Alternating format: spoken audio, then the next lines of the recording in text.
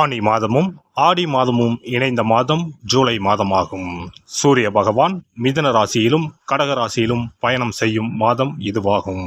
ஆனி மாதத்தில் நடராஜருக்கு திருமஞ்சனமும், ஆடி மாதம் வரும் அமாவாசை முன்னோர்களுக்கு திதி கொடுக்க சிறந்த நாளாகவும் உள்ளது. அம்மனின் அருளை பெறுவதற்கு உரிய ஆடி மாதம் இந்த ஜூலை மாதத்தில்தான் பிறக்கிறது. இம்மாத கிரக நிலைகளை பார்க்கும்போது மேசராசியில் செவ்வாய் மற்றும் சந்திரனின் சஞ்சாரம் உள்ளது.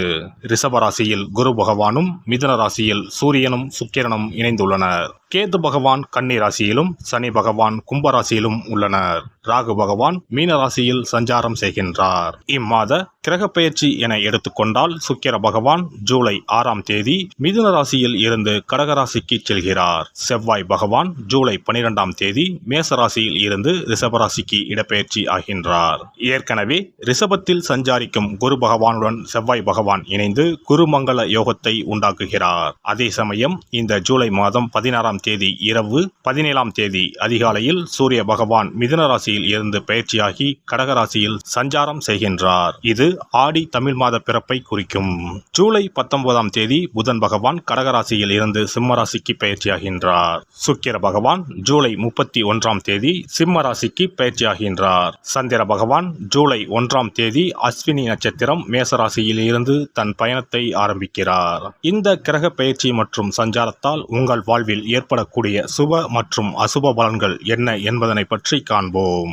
உங்கள் வாழ்வில் வளமும் நலமும் செல்வ செழிப்பும் பெற்று வாழ்வில் உயரிய நிலையை அடைய எல்லாம் வல்ல எம்பெருமானை வேண்டி விரும்பி கேட்டுக்கொள்கிறேன்.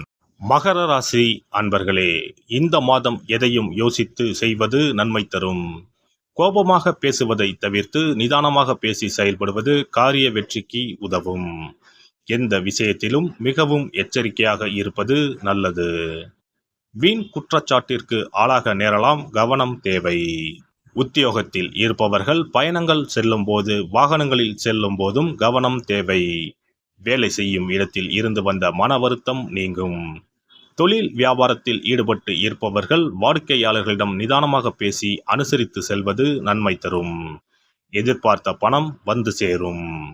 குடும்பத்தில் ஏதாவது ஒரு வகையில் திடீர் சச்சரவுகள் தோன்றலாம். அதற்கு இடம் கொடுக்காமல் நடந்து கொள்வது நன்மை தரும். உடல் ஆரோக்கியத்தில் கவனம் தேவை. பொருட்களை கவனமாக பார்த்து கொள்வது நல்லது. குழந்தைகளிடம் இருந்து வந்த கருத்து வேற்றுமைகள் நீங்கும். பெண்களை பொறுத்தவரை கோபத்தை தவிர்த்து நிதானமாக பேசுவது காரிய வெற்றிக்கு உதவும். யோசித்து செய்யும் வேலைகள் சாதகமாக முடியும். கலைத்துறையினருக்கு பாராட்டுகள் குவியும். வெளிநாடு பயணங்களும் இனிதே அமையும். எதிர்பார்த்த ஆதாயம் கிடைக்கும். உறவு நிலை சிறக்க விட்டு கொடுத்தல் அவசியமாகிறது. கூட்டுத் தொழிலில் அதிகம் அக்கறை தேவை. அரசியல் துறையினருக்கு நீண்ட நாட்களாக இருந்து வந்த பிரச்சனைகள் விலகும். திடீர் செலவுகள் ஏற்படும். உழைப்புக்கு முக்கியத்துவம் கொடுத்து அயராது பாடுபட வேண்டும். பயணத்தால் அனுகூலம் உண்டு. மாணவர்கள் பாடங்களை திட்டமிட்டு படிப்பது வெற்றிக்கு உதவும். எதிலும் அவசரம் காட்டாமல் நிதானத்தை கடைபிடிப்பது நல்லது. நட்சத்திர பலன்கள். உத்திராடம் நட்சத்திரம்.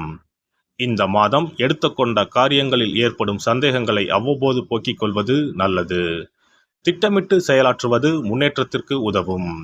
சிக்கலான பிரச்சனைகளையும் எளிதாக தீர்ப்பீர்கள். பணவரத்து இருக்கும். திறமையான செயல்களால் புகழும் அந்தஸ்தும் உயரும். திருவோணம் நட்சத்திரம். இந்த மாதம் பேச்சின் இனிமையால் எடுத்த காரியங்கள் எல்லாம் கைகூடும். ஆன்மீக பணிகளில் நாட்டம் செல்லும். உங்களது பொருட்களை கவனமாக பார்த்து கொள்வது நல்லது. வாகனங்களில் செல்லும் போதும் ஆயுதம், நெருப்பு இவற்றை கையாளும் போதும் கவனம் தேவை. அவிட்டம் நட்சத்திரம். இந்த மாதம் தொழில் வியாபாரத்தில் ஈடுபட்டு இருப்பவர்கள் கூடுதலாக பணியாற்ற வேண்டும். ஆர்டர்கள் கிடைக்க அலைய வேண்டி இருக்கும். பணவரத்து இருந்தாலும் கொடுக்கல் வாங்கலில் கவனம் தேவை. உத்தியோகத்தில் இருப்பவர்கள் கவனமாக செயல்படுவது நல்லது. புதிய பதவிகள் தொடர்பான விஷயங்கள் தாமதப்பட்டாலும் பொறுப்புகள் அதிகரிக்கும். சனிக்கிழமைகளில் சனீஸ்வர பகவானை நல்லெண்ணெய் தீபம் ஏற்றி வணங்கி வர எல்லா காரியங்களும் வெற்றியடையும். உடல் ஆரோக்கியம் பெறும். குல தெய்வத்தையும் இஷ்ட தெய்வத்தையும் ஒரே நாளில் சென்று தரிசித்து வாருங்கள். காரியங்களில் இருந்த தடைகள் விலகும். தொழில் வியாபாரம் சிறப்பாக நடைபெறும். சிறப்பு தொகுப்பு. ஒரு வெற்றிலை இருந்தால் உங்கள் துன்பங்களில் இருந்து விடுபட முடியும் என்றால் நம்ப முடிகிறதா? ஆம், உங்கள் ராசிக்கும் வெற்றிலை பரிகாரம் இருக்கிறது. அவற்றிற்கான வழிபாட்டு முறைகள் பற்றி காண்போம். பண்டிகை, திருவிழா, வீட்டில் விசேஷம் என்றால் வெற்றிலை பாக்கு வைத்து உறவினர்களை அழைப்பது வழக்கம். வெற்றிலையும் பாக்கும் மகாலட்சுமியின் அம்சங்களாகும். 12 ராசிக்காரர்களுக்கும் வெற்றிலையின் மூலம் பரிகாரம் செய்ய கவலைகள் தீரும் என்பது நம்பிக்கை. வெற்றிலையின் நுனியில் லட்சுமியும், நடுவில் சரஸ்வதியும், காம்பில் பார்வதி தேவியும் வசிக்கின்றனர். மகாவிஷ்ணுவும், பிரம்மாவும், சிவனும், சுக்கிரனும் கூட வெற்றிலையில் வாசம் செய்கின்றனர். எனவேதான் பூஜை மற்றும் திருமணம் சுபமாக நடக்க வேண்டும் என்பதற்காக வெற்றிலை பாக்கு படைக்கப்படுகிறது. துன்பம் விலக உங்க ராசியின்படி இந்த மாதிரி வெற்றிலை பரிகாரம் செய்யுங்கள். வெற்றிலை பரிகாரத்தில் எல்லோரும் ஒரே மாதிரியான பரிகாரத்தை செய்தால் பலன் தராது. அவரவர் ராசிக்கு தகுந்தபடி சில இஷ்ட தெய்வங்களையும் சில கிரக தெய்வங்களையும் பொறுத்து உங்களுடைய பரிகாரத்தை மாற்றிக்கொள்ள வேண்டும். அப்போதுதான் உங்களுக்கு என்ன கஷ்டமோ அது சரியாக நீங்கி உங்களுக்கு நல்ல பலன்கள் கிடைக்கும். உங்களுடைய ராசியின்படி வெற்றிலையில் குறிப்பிட்ட கிழமையில் பரிகாரம் செய்தால் உங்கள் துன்பம் விலகும், பிரச்சனைகள் தீரும். மேசராசி அன்பர்கள் செவ்வாய்க்கிழமைகளில் வெற்றிலையில் மாம்பழம் வைத்து முருகப்பெருமானுக்கு நெய்வேத்தியம் செய்துவிட்டு அந்த பழத்தை உண்டால் அனைத்து கஷ்டங்களும் நீங்கும். ரிஷபராசி அன்பர்கள் செவ்வாய்தோறும் வெற்றிலையில் மிளகு வைத்து வழிபாடு நடத்தினால் துன்பங்கள் அனைத்தும் தீரும். மிதுனராசி அன்பர்கள் புதன்கிழமைகளில் வெற்றிலையில் மிளகு வைத்து இஷ்ட தெய்வத்தை வழிபடவும். பின்னர் அதையே பிரசாதமாக சாப்பிட்டால் துன்பங்கள் எல்லாம் நீங்கும். கடகராசி அன்பர்கள் வெள்ளிக்கிழமை தோறும் வெற்றிலையில் மாதுளை பழத்தை வைத்து காளியை வழிபாடு செய்து பின்னர் அந்த மாதுளை பழத்தை சாப்பிட்டால் துன்பங்கள் நீங்கும். சிம்மராசி அன்பர்கள் வியாழக்கிழமைகளில் வெற்றிலையில் வாழைப்பழத்தை வைத்து இஷ்ட தெய்வத்தை வழிபடலாம். பின்னர் அந்த பழத்தை பிரசாதமாக உண்டால் கஷ்டங்கள் நீங்கும். கன்னிராசி அன்பர்கள் வியாழக்கிழமையில் வெற்றிலையோடு மிளகு வைத்து உங்கள் இஷ்ட தெய்வத்தை வணங்குங்கள். உங்கள் துன்பம் துயரம் எல்லாம் தீர்ந்துவிடும். துலாம் ராசி அன்பர்கள் வெற்றிலையில் கிராம்பு வைத்து உங்கள் இஷ்ட தெய்வங்களை வழிபட்ட பின் அதை உண்டால் அனைத்து துன்பங்களும் நீங்கும். விருச்சிக ராசி அன்பர்கள் வெற்றிலையில் பேரிச்சம்பழம் வைத்து செவ்வாய்தோறும் உங்கள் இஷ்ட தெய்வத்தை வழிபட்டால் துன்பங்கள் நீங்கும். தனுசு ராசி அன்பர்கள் வெற்றிலையோடு கற்கண்டு வைத்து வெள்ளிதோறும் இஷ்ட தெய்வத்தை வழிபட்டு பின்னர் கற்கண்டை சாப்பிட்டால் துன்பங்கள் விலகும்.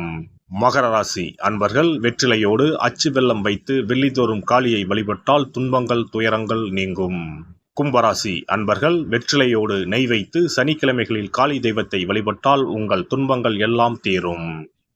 மீனராசி அன்பர்கள் வெற்றிலையோடு சர்க்கரை வைத்து ஞாயிறு தோறும் இஷ்ட தெய்வத்தை வழிபட்டால் துன்பங்கள் எல்லாம் விலகும். எல்லாம் வல்ல இறையருளால் நீங்களும் உங்கள் அன்பு குடும்பமும் உடல் நலம், நீலாயுள், நிறை செல்வம், உயர் புகழ், மெய்ஞானம் ஓங்கி வாழ்க வளமுடன். இந்த வீடியோ பதிவு உங்களுக்கு பிடித்திருந்தால் லைக் பண்ணுங்க, கமெண்ட் பண்ணுங்க, ஷேர் பண்ணுங்க, மறக்காம சப்ஸ்கிரைப் பண்ணுங்க, பக்கத்துல இருக்கிற பெல் பட்டனை கிளிக் பண்ணுங்க. நன்றி, வணக்கம். ஓம் நமச்சிவாய, சிவாய நம.